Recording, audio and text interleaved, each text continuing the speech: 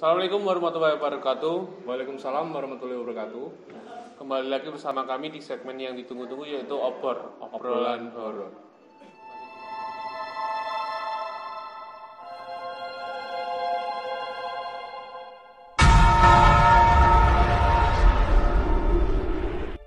Masih dengar sama saya, yaitu Rizky Ali, dan teman saya yaitu Yogi.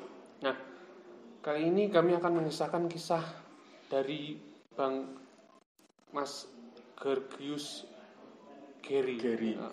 Dengan akunnya @helloayamgary. Oke. Kayak pahlawan Yunani. Gergius nih kalau kayak Ning Spartan zaman-zaman barbarian sangat. Cak Gary Mas. Oh ya wong kulonan. Nah, kali ini kami akan mengisahkan kisah dari Cak Gary. Dari Cak Gary ini kisah pengalaman pribadinya. Jadi sebelumnya kami sudah minta izin pada Cak Gary untuk mengangkat cerita ini. Jadi cerita kami selama ini itu memang benar-benar udah minta izin pada narasumber. Enggak sembarang kita nyomot, kita ambil. Iya. Nanti plagiat hitungannya. Di sini kami akan menceritakan pengalamannya Mas Gary, Cak Gary sama Mas Gary dengan dibungkus dengan obrolan versi anak warungan. Jadi santai. Tak kira cong. Cong apa? Cong Madura. Oh, beda. Kacang. Nah, jangan lupa siapkan amunisi, kopi, rokok, dan teh, skos, wedang itulah. Dan jangan lupa juga siapkan headset kalian agar bisa merasakan horornya lebih terasa gitu. Yoi. Jadi nambahin sedikit Mas. Rokok wis, ya wedangane wis. Jaketnya Mas. Jaket. Iya, lagi musim pancaroba ini. Oh, heeh. Angin dari kidul itu cukup berbahaya. Iya kan? Angin musuh itu. Musim ini dan musim sakloro, enggak enak. Iya. Oke, Bor, langsung aja kita nyalakan obornya. Nah, ini merupakan cerita pertama dari Mas Gary, ya kan? Yang diangkat dijadikan jadi tweet, ya Mas ya, di Twitter. Iya, Mas. Ini pengalaman pribadi waktu kuliah sekitar tahun 2012-an. Masih ingat jelas sampai sekarang dan perwujudannya yang muncul dalam bunga tidur tersebut.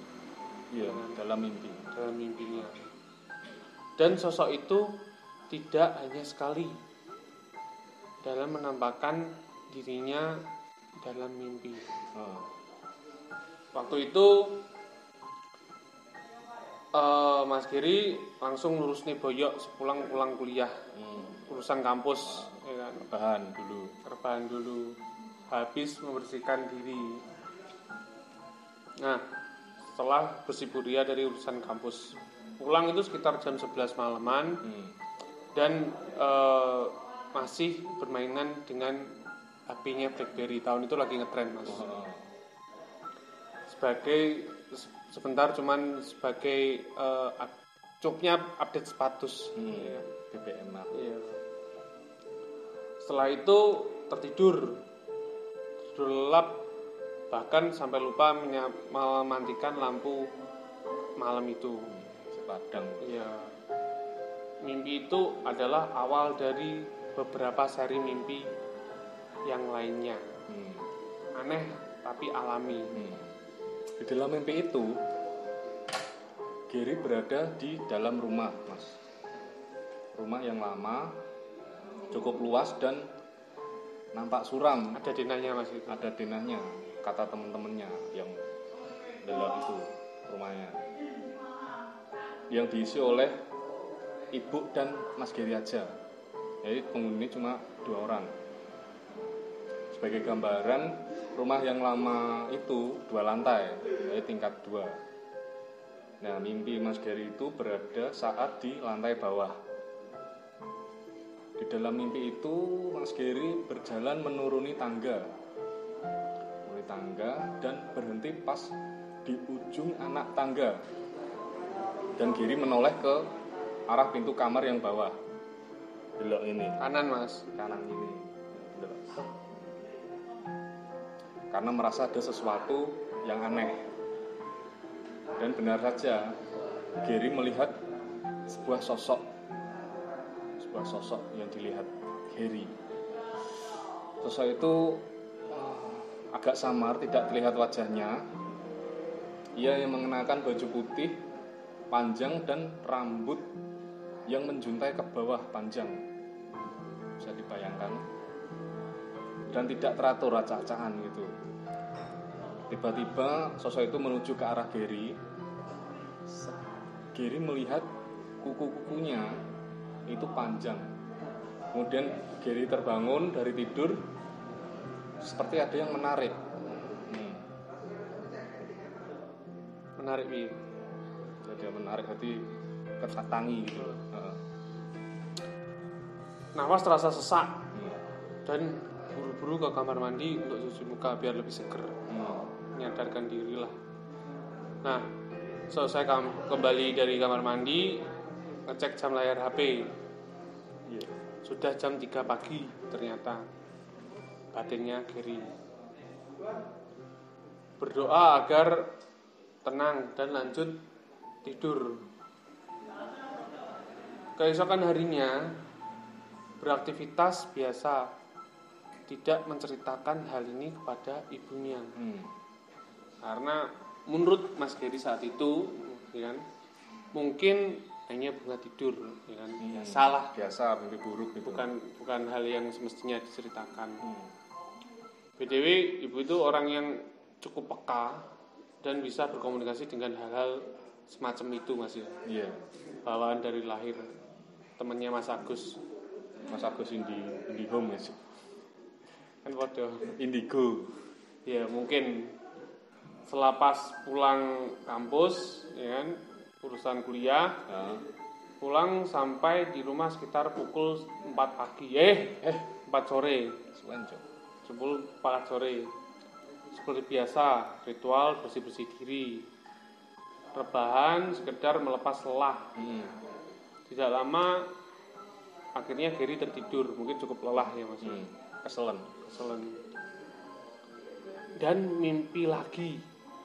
Kali ini berada dalam sebuah ruangan kamar, dindingnya bercat putih, sangat asing, dan kondisi kamar ini aneh gitu loh Mas. Posisinya di atas kasur kayu yang berukuran cukup besar. Kayu berukuran cukup besar. Jadi Gary terduduk di atas kasur kayu itu, duduk, dan tiba-tiba muncul sosok wanita berbaju kuning panjang dan ada sedikit bercak merah di bagian leher dan sedikit bercak di daerah leher dan perutnya. Perut Mas. Perut kok gatel. Iya gatel. Dan di perutnya. Bagian rambutnya panjang, terurai, terus menjuntai ke bawah. Gary melihat sosok itu berwajah samar, polos, culun. Wajahnya samar gitu. Samar. Gak ketok. Alias bermuka rata. Dan sosok itu menggandeng anak kecil. Yang berwajah rata juga. Sama juga.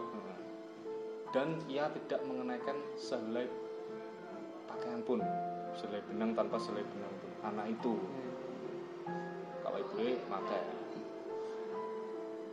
Kemudian sosok yang berbaju kuning itu menjulurkan ke tangannya Mas Gary, Mas Gary, sebenarnya ke arahnya seakan mengajak untuk mengikuti, diajak, ayo. Diikuti tangan anak kecil itu.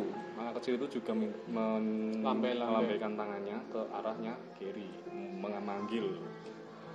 Di dalam mimpi itu Gary hanya terduduk melihat kedua sosok itu semakin maju ke arahnya. Maju ke arahnya sambil melambai-lambaikan tangan. Tiba-tiba Gary mendengar suara yang cukup besar, entah dari mana asalnya.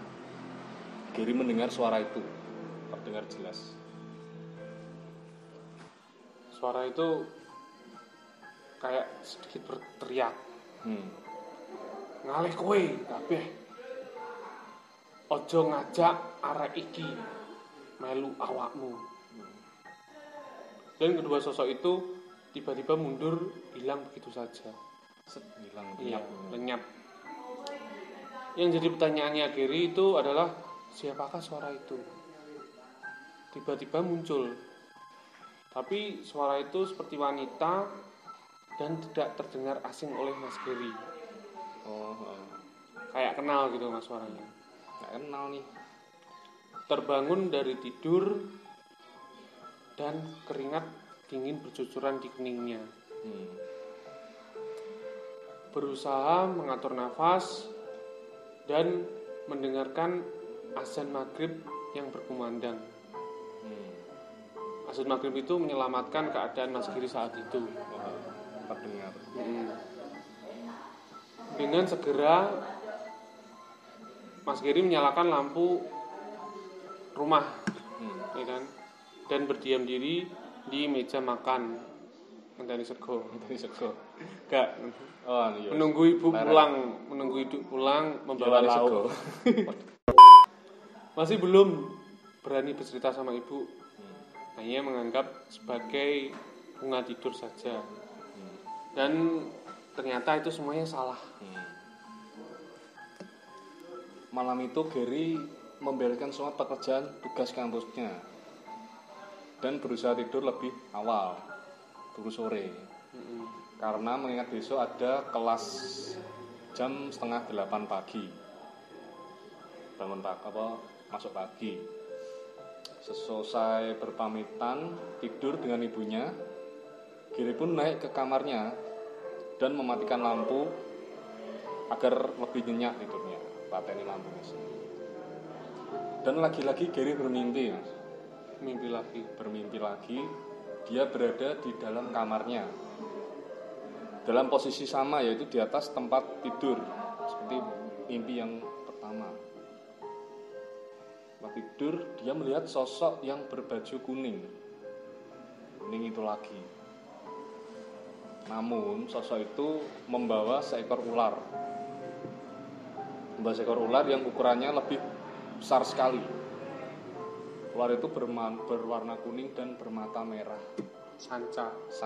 Alah. Dan lagi-lagi Gary terbangun dari mimpinya. Dia mengecek HP dan melihat waktu menunjukkan jam 3 pagi. Sama. Kejadiannya sama persis dengan mimpi yang sebelumnya. Aneh.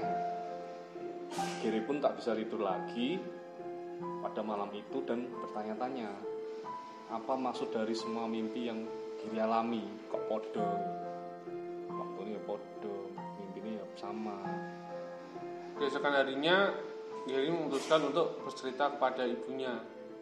Semuanya runtut dari awal sampai akhir, dengan harapan tidak diganggu lagi dalam mimpinya. Menceritakan secara detail, ya kan, masih teringat dengan jelas. Aneh. Biasanya kalau cuma mimpi itu, kalau sekedar mimpi itu kita cuma cukup mengingat batas tok Mas. Ya sekilas tok loh. Enggak semuanya runtut itu terdengar aneh gitu. Akhirnya malam itu diminta ibu untuk mempersiapkan garam kasar. Ya gresek kasarnya. Sing kasar. Sing kasar. Yang ada di dapur ditaruh dalam ember kecil. Yang pada saat itu enggak paham untuk apa. Kemudian ibu membaca doa sesuai kepercayaan Mas Gary dan ibu. Ya, BTW keluarga mereka itu adalah beragama Nasrani. Melihat ibu berdoa, kemudian Gary mengikuti membaca doa juga yang sama, menaburkan garam di setiap sudut rumah dan sekeliling rumah. Dan kalian tahu pada saat menaburkan di sekeliling rumah, tiba-tiba ada bayangan putih yang melesat begitu cepat ke arah pohon besar. Yang putih. Dari posisinya itu di samping rumah Gary, ya. Dari di samping rumah Gary, pohon besar itu berada di tanah kosong yang banyak ditumbuhi ilalang atau semak-semak. Jadi mereka berdua mendatangi pohon tersebut, memastikan apa yang dilihatnya tadi, memastikan sosok putih itu. Didatangi, beberapa saat ibu memejamkan mata dan berdoa kembali. Tidak lama kemudian ibu melemparkan garam tersebut, garam tadi dilemparkan ke arah pohon besar itu. Tiba-tiba terdengar suara perempuan tertawa melengking yang membuat merinding saat itu. Suaranya seperti itu, Mas. Jarang. Enggak. Suara kayak cewek ini. Cewek melengking. Nah. Ora wedi aku, Cahyu. Sosok itu. Mereka berdua sesaat terdiam. Tapi mereka tidak melihat sosok itu, cuma mendengar suara itu. Cuma mendengar tok. Lalu ibunya berkata, "Kowe iku sapa? Wani mengganggu anakku. Mrene yo tunjukno awakmu." "Aku ora wedi," kata ibunya. Gary merinding sejadi-jadinya dan berusaha tetap kuat di samping ibunya. Dan ada suara kresek-kresek di area pohon tersebut. Jadi mereka melihat ke arah suara itu, dan ternyata di arah kresek-kresek itu ada sosok wanita berambut panjang, baju putih dengan ada sedikit bercak, bercak di pakaiannya.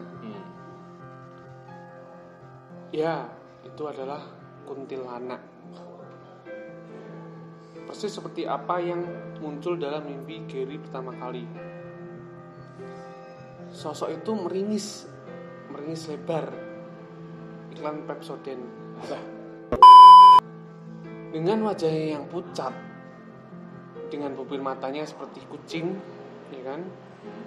Hanya duduk dan seakan menantang. "Aku gelem anakmu, melu aku le, ayo melu," kata si kuntil anak tersebut. Gary yang mendengar suara tersebut tiba-tiba memberanikan diri untuk membalas ucapannya. "Ngalih kon demit asu." Demit asu. Demit tapi "Ngalih kon demit asu. Demi nama Tuhan, aku enggak wedi karo awakmu." Gary mengambil secakup garam kasar uyah kresek itu dan melempar ke arah kuntilannya. Nyoh. Sosok itu seperti kepanasan dan nampak marah. Mendengar itu, ibu membacakan doa. Aku pun mengikuti doa yang sama yang dibacakan oleh ibu. Ibu menyuruhku untuk mengambil secakup garam lagi dan memberi instruksi untuk melempar bersama-sama dengan ibunya. Melempar garam bersama-sama. Jadi mereka melempar garam ke arah kuntilanak itu dengan lantang. Dihitungi 1, 2, 3. "Di dalam nama Allah Maha Besar, pergi kamu dari sini. Jangan ganggu anakku lagi. Pergi, minggat rok." Lalu sosok itu seperti kepanasan dan menghilang dalam bentuk gumpalan asap putih tipis. terus lenyap begitu aja pasca disiram itu di view itu. Jadi samar-samar saat sosok itu menghilang, samar-samar tercium bau nggak enak. Jadi mereka mencium bau bangkai, bau kami, bau bangkai, Cok. Bau bangkai, tapi aromanya bercampur dengan melati, bunga melati. Padahal di sekitar situ tidak ada tumbuhan melati, yang nanam melati nggak ada. Angin malam yang dingin pun bertiup bersahutan pada malam itu. Gary dan ibunya kemudian masuk ke dalam rumah. Setelah kejadian itu masuk dalam rumah, lalu ibu mengajak duduk sebentar di meja makan seperti biasa. Kamu tahu kenapa dia ngikutin kamu? Ibunya ngandani gitu. Ibu ujar pada waktu satu. Kemudian Gary pun menggeleng-gelengkan kepala, nggak tahu, dan berharap menemukan jawabannya. Kira-kira kenapa ya, Ma? Aku nggak paham maksudnya apa. Jawab si Gary.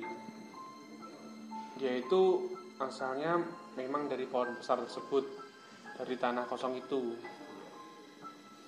Dia memang sudah sering mondar-mandir di sekeliling rumah. Sekali Mama pernah melihat sosok itu berada di jendela luar kamar Mama. Jawab si ibu. Serius, Ma? Lah terus kenapa dia gangguin aku? Aku salah apa? Tanya si Gary pada ibunya. Ibunya hanya tersenyum dan berkata, ya namanya juga setan, Kak. Pasti sukanya gangguin orang. Apalagi kalau dia tahu di rumah ini ada yang bisa merasakan kehadirannya. Terus atau bisa melihat dia, dan kamu sebenarnya pernah merasakan kehadirannya, hanya kamu nggak bisa melihat sosoknya, cuma ngerasa tok. Dia makin penasaran sama kamu, akhirnya muncul dan ngikutin kamu lewat mimpi. Untungnya kamu nggak mau ngikutin ajakannya di waktu di dalam mimpi itu, Kak. Gary yang mendengar cerita dari ibu itu tidak seberapa kaget, Mas. Karena sebenarnya hal-hal tersebut memang sering muncul dalam mimpi Gary. Yang diceritakan ibunya itu sering Gary ngimpi seperti itu. Entah apa tujuan dan maksudnya. Dan Gary pun menanyakan maksud dari ibu yang terakhir, perkataan ibu yang terakhir. Perkataan ibunya yang terakhir. Ibunya kan ngandani yang terakhir, Dukani. Maksudnya untung nggak ngikutin ajakannya itu gimana, Mah? Kata Gary. Ya bisa aja kamu nggak bangun lagi. Gitu. Arwah atau jiwa sukmomu kebawa sama dia, tapi ragamu di sini. Jadi rohnya di sana, raganya di sini. Jadi kosong itu, Mas. Untung kamu ada yang jagain pada waktu itu, makanya nggak ketut, katut. Kok ikut dulu, kayak ikut sama mereka, kata ibunya. Gary pun terdiam, bayangkan bagaimana seandainya waktu itu kalau dia mengiyakan ajakan sosok itu. Mulai semenjak malam itu, dia sosok itu yang selalu hadir dalam mimpi selama beberapa hari tidak muncul kembali. Namun sebenarnya banyak kejadian aneh dan ceritanya selalu berhubungan dengan makhluk yang tak kasat mata itu dalam kehidupannya. Situlah terakhir dari kejadian kisah Mas Giri yang pertama yang dijadikan Twitter itu Mas. Jadi kisahnya kejadiannya dialami di mimpi ya, yang ini. Nah, sedikit pertanyaan Mas ya. Aku nggak tahu lah, masih awam. Oke. Masih pertanyaan. Biasanya kan yang berhubungan erat yang jauh ya, mohon maaf ya. Jadi yang berhubungan erat dengan kejawen itu biasanya kan agamanya kan Islam, ya kan? Islam kejawen. Sedangkan ibunya Mas Giri ini juga memahami hal ini. Aku ya belum tahu soalnya. Mungkin nanti bisa ada yang bantu menjawab. Jadi kayak seolah-olah kayak contoh simbol uyah gesek itu loh. Uyah gesek kan kayak simbolnya kejawen untuk mengusir. Nek mengusir ya istilahnya itu kayak magri rumah. Nah, ya kan kayak gitu. Ya kan biasanya kejawen kan seperti itu. Terus yang kedua itu kayak sukmo juga. Sukmo itu ya mungkin dari beberapa agama itu ada. Tapi kan kalau di dalam agama kayak kejawen itu kan sukmo itu ada dua kategori. Yang satu ikut di diri kita, yang satu itu seakan-akan bisa berjalan-jalan. Tahu perlu nggak istilah seumpamanya suatu tempat. Nah sedangkan aku ini gini. Terus aku ngerti aku di tempat lain. Tempat lain di tempatmu itu. Nah sedangkan kowe teko aku WA aku, chat aku. Loh, kowe ngene anu to. Ora iki aku nang omah, tak pap gitu. Tapi aku ngerti kowe klambi iki. Nah, itu adalah salah satu sukmanya yang bisa jalan-jalan. Nampak ya? Mungkin ada yang nampak, mungkin ada yang tidak, Mas. Jadi mungkin cuman aku yang bisa melihat kamu atau kamu mungkin juga bisa melihat aku juga di posisi itu. Oke. Kamu aku. Ya kejawen ya gitu. Iya. Ya enggak kejawen tok sih, kabeh agama mesti ada yang kayak gitu. Ada yang percaya. Raga, jasmani, rohani itu ada yang mempercayainya. Ya gitulah kisah dari Mas Giri.